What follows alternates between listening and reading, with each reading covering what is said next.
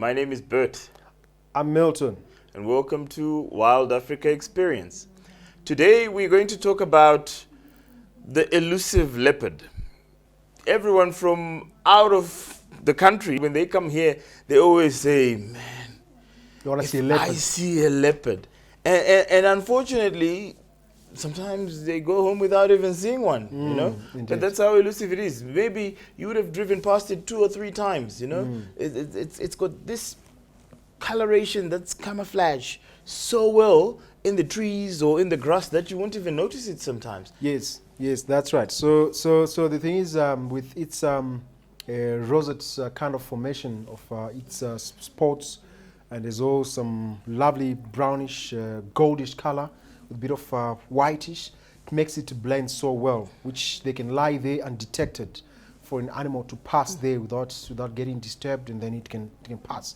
So it's a master stalker, and it's an animal that tries and avoids confrontations. It's got also amazing eyesight, similar to the lion. Binocular vision, the night vision is incredible as well, because they are mainly night hunters. Absolutely. Right, so you find that with the tapetum as well is well enhanced. The reflecting cells behind the eyes, and it illuminates as soon as it gets dark, so that you find that it actually sees prey without even being noticed, which is something quite interesting. Absolutely. So you know what? It's an animal that's like what Albert has said, like what Bert has said. It does prefer to hunt during the evening, but it does not ignore any opportunity that comes during the day, because it's an opportunistic feeder. But there is a kind of a huge variety when it comes to the food for leopard, from big animal that weighs all the way up to 70 kilograms. And it can even take a baby buffalo if there is an opportunity.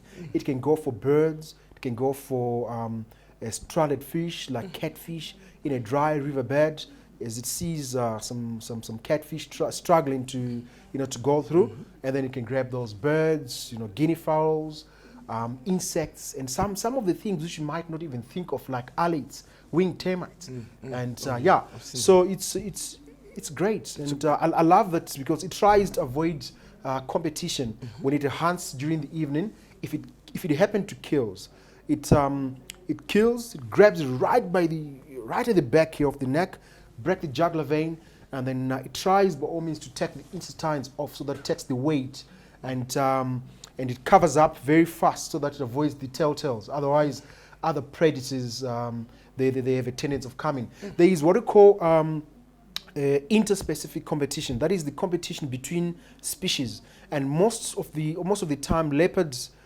they've got the cubs, they've got high mortality rate, like 50%, due to attacks from lions and all those things. Hyenas. So when it kills, that's why it prefers to take the meat up the tree, because it avoids the confrontations. Otherwise, lions or hyenas, they can come and they'll fight for it. It tries to avoid to be attacked or confronted by other species. Because hyenas sometimes, you find that if a leopard gets up the tree, and if it's feeding slowly, sometimes it might just drop a chunk on a piece of a leg, and then a hyena will go for that. But I was very fortunate enough one day in the Zambezi Valley. I saw, we always say leopards, they're solitary. I saw about 4 leopards together. Oh, wow. That could be, I think there was a mother, maybe 2 brothers, or a male who was very tolerant to the youngsters. And all of them, they were feeding on a carcass on the tree. 2 they were on top, 2 at the bottom. Oh, wow. And then there was a hyena that came in as well. So it's just amazing the way it happened. I never saw such an experience, in my guiding career. It's great for them to have such a time-sharing moment in terms of feeding. That's quite interesting. Yeah. And speaking of strength, how they managed to take down a baby giraffe, for instance. I've seen that, and then they carry it all the way up the tree. Talk about the muscles around their neck. And also I've seen lions climbing trees, but they struggle to go down. How do leopards tend to have like a kind of a lock? They've got those small paws that are closer to that are closer to the wrist. That makes them to climb nicely, and then also jump and get it proper grip before they disembark or climb up. and taking something which is actually bigger than them. So yeah, it's got an amazing animal when it comes to. Quite interesting stuff that I saw the other day in one of the parks, and I was so shocked because this leopard, it got scared and it jumped, but everyone thought it was going to fall. It did a backflip and Really? landed on the tree with a kill in its mouth. I was like, this can't be possible. This cannot be possible. Yeah, it tries. Talk of flexibility, It tries to avoid, confrontation. So when it comes to, I've heard so many times you hear them calling early in the morning and late afternoon. So the calls, both males and females, they do call. It's a very kind of a rasping call, just like a wood under the saw, under the chainsaw. So like, and if it's a male, it's trying to alert others that I'm in charge here, because both males and females, they do defend their territories, and even females of the same species, they try and fight, and they don't want to see one another. So a male having, usually males, they've got an overlapping territory for about, outside covers almost 15 kilometers, and then females, they invite males because of when they are in estrus, the time when females they move around in their territory. So what happened is, if a female is in estrus, this means time. That's a period where she's ready for breeding, for mating. So she drops the urine, which a male, he will come and sniff around. That's process of what is known as olfactory, through olfactory communication. So he has to constantly call, and then until he gets very close, and then he gets invited, and he stays close to 3 to 5 days in the area. And after the territory, after mating, he moves off probably to the next territory. So they'll have males, they've got quite a long and overlapping territory as compared to females, and they both defend the territories. Yeah, that's quite interesting. I also have a picture actually of a male leopard. After picking up the urine, it did the phlegm, the famous, it blows onto the urine, and then it picks up the estrogen, the female hormone that helps it ovulate, and then it puts it in its nose through what's known as the Jacobson organ, and then it has this lip curl that it does, but now it's like a grimace when it comes to leopards and lions, whereby it shows all its teeth, and I actually managed to get a picture of it. Really? And then it just like, such amazing, eh? And the mating is actually also quite interesting, whereby they tend to mate a bit. It's more on the vigorous side, and it's very short, because it can be dangerous for a leopard to mate for, say, 45 minutes or 1 hour. So cats being induced ovulators, you find that they have a habit of tearing the walls of the female organ in the inside, so that it induces ovulation, and then they can breed. Yeah. So, but they will do it for 4 to 5 days, maybe once every 15 to 20 minutes. And if you calculate that properly, we're looking at maybe a little over 300 times. It's quite a lot. It's quite a lot of mating, eh? Yeah. And it's painful for the female, because the male has got a penis which has barbs that cling onto the wall. So it's literally just tearing on the side. So you find that when she gives birth, she usually gives birth to between 2 or 3, and sometimes 1, depending on the breed. And what happens is it's very interesting that the calves, they stay in concealment, all right, and they stay in concealment. It can be on a rocky section or in a very thick section where it cannot be accessed by other predators. But because it has to go for long distances, probably trying to hunt or trying to patrol around its territory, so the calves, they become very vulnerable. And then if a lion comes, if a hyena comes, there is a tendency of those calves being killed. But in any way, she's a very good mom, and sometimes she can even take her calves up the tree. And one amazing thing is during the time, because they spend a lot of time also relaxing under the shade or up the tree, they teach a lot, to the calves. And sometimes you see them giving them some lessons on how to pounce, silence, walking, and it's quite an amazing animal. So she's a very good mom when it comes to teaching. Yeah, so All right. she's not always as cold as the look in her eyes, eh? Because when leopards stare at you, you will probably drop your camera because they've got that cold look that just stares at you right in the eyes. Something that I always like, wow, like it's like it knows that I'm here. That's You know, it's right. like I'm looking at you. All right. Anyway, we're gonna go on a short break. Stay tuned.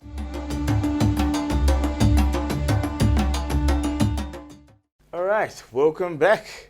We're still talking about the elusive leopard, and whilst we were talking about some encounters that we've been on the road for quite a long time, and on your walking safaris. Yeah, both on a walking safari and game drives. You know, on a walking safari, they try by all means to avoid you. So many times, you know, always say on a lion, keep your eye contact with a lion. But when it comes to leopard, you always try and avoid. Don't look into eye contact because it feels like a challenge in it. But I tell you what, in most cases, so many times I bumped into a leopard when I was walking, even in Zimbabwe, in some pockets of Zimbabwe and Tanzania. They have a tendency of just trying to walk away smartly, nicely.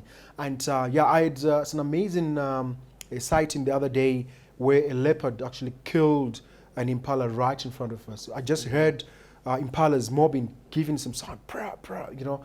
I just said to my guests, no, look, check around here, there is something happening. And then within a short period of time, a leopard jumped and then it killed an impala right in front of us. So because they're very elusive, they don't want to be seen doing their things. And then it immediately, it killed and then it looked around and it saw that it's very safe. There are no lions, no hyenas coming. And then it started dragging the carcass on a very thick section. Wow. So they're very amazing when it comes to hunting. Very successful hunters because they're master stalkers. All right. That's amazing. Yeah. That's amazing. So on a game drive, you know. Well, I've had a few experiences, but I've got two really. I thought it was really funny on both of them, even though I was mad at the first one. I was in the Great Plains of Serengeti, and we're busy checking out this leopard, and it passed right by our vehicle, and it looked like it was stalking some reedbucks. Right. And just before it was about to pounce, one of my guests turned around, "Bro, I really need to pee." And I'm like, this guy must be joking, you know? And it's like, now. Really? Yeah, we had to drive away. And I was so disappointed. I'm like, hey, we were about to see a hunt, but obviously we're not going to have someone pee their pants. Yeah. I would pee my pants just to watch a leopard hunting, to be honest. Yeah, you know, it's a moment. It's a moment where you'd never see again because a lot of people they come to Africa to see leopard, and they might go without seeing anything. But just sometimes you just even see a piece of a tail, and a lot of people they get satisfied with that. Yeah. So when it comes to that, when someone says that, anyway, people we are here for the guest anyway. It's about how we make them feel. Yeah, that's so we're gonna have to do what they want, but it's something which you don't see every time. Yeah. I've had a family of I had a family of 12, and we were on a game drive the whole day. We didn't see anything, but we were wild camping. We got to camp, we parked, we started cooking, and one of the ladies came running to me like, a leopard just passed by the toilet. I swear. And I said to her, really? You know, I couldn't say no because I know it happened. So it's like, come check. And then we found it. There by 23, by the Savuti channel. Really? It's there drinking water. It disappears in the bush. We went on another drive. We saw nothing. We came back. So one of my guests was shining a light right on the channel. And then that leopard came out again. So it's And then I looked at her and was like, wow, she's so cool. She's a female. And she looks pretty hungry. I didn't realize that I had triggered something in my guest's head. Like, if she's hungry, then one of us is going to be food, you know? Suddenly, everyone disappeared. Oh. But then the next thing, people started like trying to get into the truck, you know? But the door was so small for 12 people. Some ran into the tents. And I remember the one boy was like, "Mom, my hands are full of blood," because they were chopping up meat for a stroganoff. And I was like, guys, I didn't mean they were going to eat one of us. I just meant she looks pretty hungry. You know, she ended up walking around, passed through camp, right past, and then she walked away. It was something So special. So special, yeah. You know, it does happen. You know, like Besides the bruised knees of my folks, it was pretty funny. yeah, it happens a lot. Leopards are pretty chilled. Sometimes in some of the lodges which I've worked in Wange, they would come. You could bump into a leopard on a boardwalk, and that's why you always have guest safety guys. They usually take you out back from your room to the main area, because in the event that you bump into a leopard, they know what to do. So we always have to protect you when you come back here in Africa. We're not here to leave you to go astray and then get attacked. We always make sure that your safety and your safety is our main concern. Yeah. So see them a lot on the lodges, on the deck, and in front of the lodges. That's quite lovely. amazing, Yeah. And there are quite a few places that you may have a chance of seeing a leopard. Yeah, we got like in Matopos National Matopos Park. is pretty good. That's they've got the highest concentration of leopard in the world. You know, depending on it depends on the area of the park. I would say Matopos is Matopos amazing. is one of the But basically, I would say every park has a leopard. Every park has some amazing sightings of a leopard, depending on the areas. Like if you think of Manapus, it's also very great. Zambezi Valley, that's where I've seen some great experiences when it comes to approaching and seeing the leopard sightings. Yeah. Speaking of Matopo, you know I have a habit of sleeping outside. Mm-hmm. So the other day I was sleeping outside and suddenly I started hearing this leopard. That rasping Yeah. call. And then it started again, it got closer to me, and then it went quiet. And then it started again, but when it passed me, it literally didn't make a sound. And then it started calling again after. And the next morning I woke up, I started looking, I was like, wow, that was close. It walked right past me. Like, okay, it was about 10 meters away, but it just went quiet during the time that it was passing me.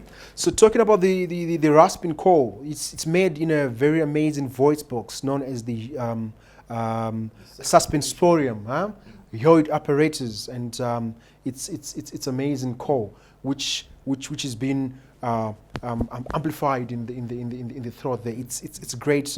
It's some great sounds coming from them. So it's similar to a lion when it calls, and that distinguishes the genus Panthera when it comes to the calling. It's quite very interesting to be very honest, loud, yeah. Because if you've never heard the sound of a leopard before, you'll be like, no way. You won't believe it, yeah. You won't believe, yeah. Because it sounds like a chainsaw struggling to start, or you know.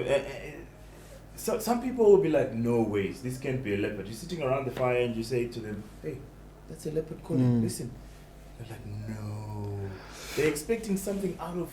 That's right. So anyway, you know, leopards, generally you can find them anywhere. I would say just always when you're in the bush, listen to the sounds of birds like guinea fowls, francolins, and the calling of impalas and everything. So when you hear of those sounds, just keep on checking around. Use your binoculars. There might be something around.